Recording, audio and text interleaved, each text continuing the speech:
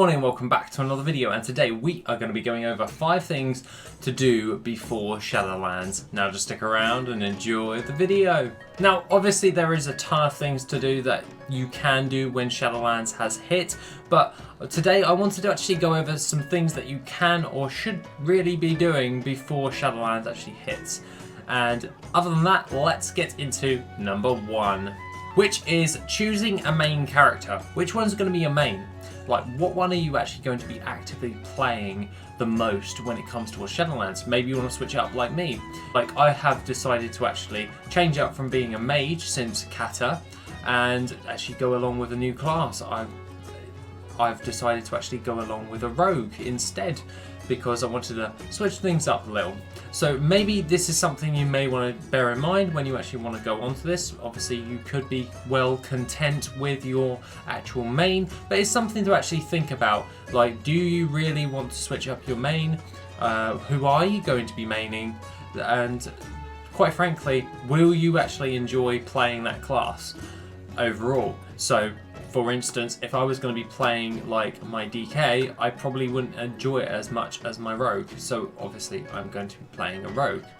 And other than that, it could be completely the opposite or vice versa for you guys. You could probably prefer playing a DK. You never know. But at the end of the day, choosing a main, because at the end of the day, choosing a main is probably something that you should really think about, because then you gotta think about getting geared up and all that jazz, making sure you have sufficient gold for that main, and just overall getting yourself all sorted, ready, sorting out that banks, because I know I have a lot of clutter within my bank, and it's something to bear in mind. Like, just choosing a main. Who are you going to actually be maining for this expansion? Who are you going to be raiding with? PvP, gold making? Doesn't really matter what spectrum you're actually going to be doing. It just depends if it suits you and whether or not what you're actually going to be playing as your main. And that has actually made me kind of curious on this topic as number 1 is, what are you actually going to be maining? Please actually tell me down below. I want to see what you guys are actually going to main for this expansion. Coming in at number 2 is have adequate gold reserves. Now what I mean by this is at least have like about 100,000 gold. Now I know a lot of you guys who actually watch me are gold makers, so you've definitely got about 100,000 gold, unless you're just getting started into gold making and you're watching me for the first time. Now other than that, 100,000 gold is not hard to come by, and it's something that can just tide you over when you're actually getting into the game.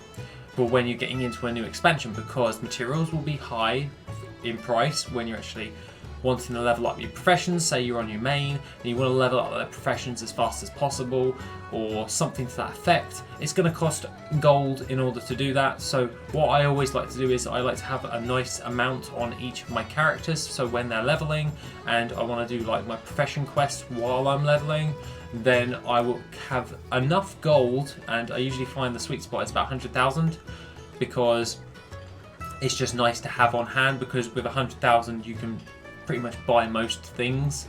So that's why I go with that. Obviously for some of you guys it may be a little bit harder to get hold of that amount of gold, but at the end of the day it's really not overly that hard to actually accumulate at this moment in time. It's like about 10 hours worth of farming and 10,000 gold per hour farm. But at the end of the day, things are going to cost more at the beginning of an expansion, and there are little gold sinks every now and then when it comes to expansions. So I like to have a nice gold reserve in order to be able to just pay for that stuff straight up, instead of being left behind when it comes to all of that jazz. So that's why I prefer to have a gold reserves, and I recommend that you guys at least have a few thousand gold just set aside for the actual game to come about. Now, other than that, let's move on to number 3, which is gearing your ults and your mains. Now, this could be gearing yourselves up for basically leveling, because obviously the better your gear, the easier you're going to find it leveling straight off the bat. Now, for instance, if I just had a fresh 120 with all of the questing gear and all that jazz, I'm going to find it harder than to level in this expansion with that character, as opposed to like my main, who is literally a very high eye level when it comes to like all of his gear. His stats are off the roof. So that means that I'm going to find it easier with my character who is proper geared at the moment, and overall, it depends on what character you're actually going to be leveling, but making sure that they're adequately geared would actually benefit you quite well at the beginning of the expansion, and overall it would make it a lot easier for you to do that. So that is something you may want to bear in mind when going about your leveling experience. Just make your life a little bit easier. Just gear up now so you can have an easier time leveling, so you can enjoy the content, the storyline, and you don't get stuck when it comes to like a super hard like boss or something. You can just take them on, so to speak. So that's something you may want to bear in mind right there, and just getting all of your ults or your main adequately geared in order to level up a little bit easier, and that is something I tend to do overall.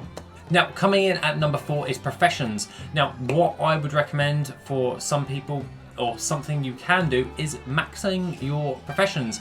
Now, if you're like me, some professions I only level up to a specific level in order to get the recipe that I want. Usually 9 times out of 10 with engineering, I only really do it about 75% of the actual skill cap for that current expansion, because that's usually when I get my best recipes and all that stuff, and then I don't see the point of actually leveling it anymore. So what you can do is you can max it all, learn some new recipes, get a hold of new stuff. Like the other day, I actually didn't realise that my tailor didn't have the rich purple silk shirt recipe. So I was like, okay, right, we'll just buy that and we'll learn that, because I can now use that within the expansion.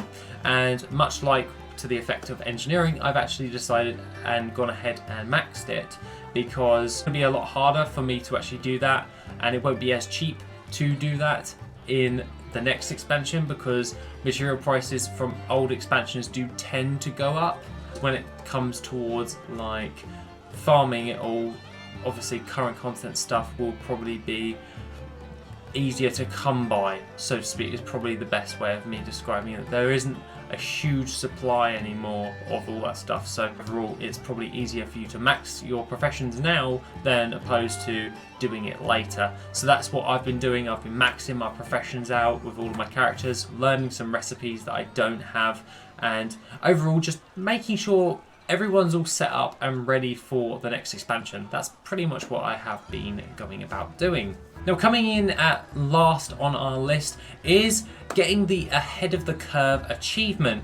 Now, this will be a lot easier for you to do now than later, because at the end of the day, the ahead of the curve achievement, you can pretty much find a group at the moment to just go ahead and get it, where you can pay a few thousand gold. Doesn't matter how you want to go about doing it, that's totally your business. But at the end of the day, it's going to be a lot easier to get that ahead of the curve achievement now. It's definitely worth your time to go do it now than later, and that's something that I've been trying to get a hold of for that, and quite frankly, I've been doing a bit of a bad job at it, but I probably will get it. It's just a case of when I get it. I don't have that much time to get it, but hence why I'm making this video, so it's also a prompt while I'm editing to go ahead and get that ahead of the curve achievement. Also, you do get a mount alongside this, which is the Uncorrupted Voidwing, and quite frankly, another mount. I love mounts. Who doesn't like mounts? So that is something you do get out of that, getting that achievement. So it's kind of like a win. It's a win-win, because yeah, you get a mount and you get the achievement. So it will make it a lot easier for you to do it now to get the ahead of the curve achievement than it will be in Shadowlands, is my point. And overall, that is pretty much what I'll probably be actively doing until Shadowlands hits, is trying to get that ahead of the curve. So other than that, guys, that is pretty much all I have to say for this video. Have a lovely rest of the day, and I shall see you in the next video, which will be tomorrow. If you want to support the channel and help make the channel even better, then why not check out the Patreon? Members get additional info, gold making resources, and Patreon specific content. The link is located in the description down below. Thank you and have an awesome day.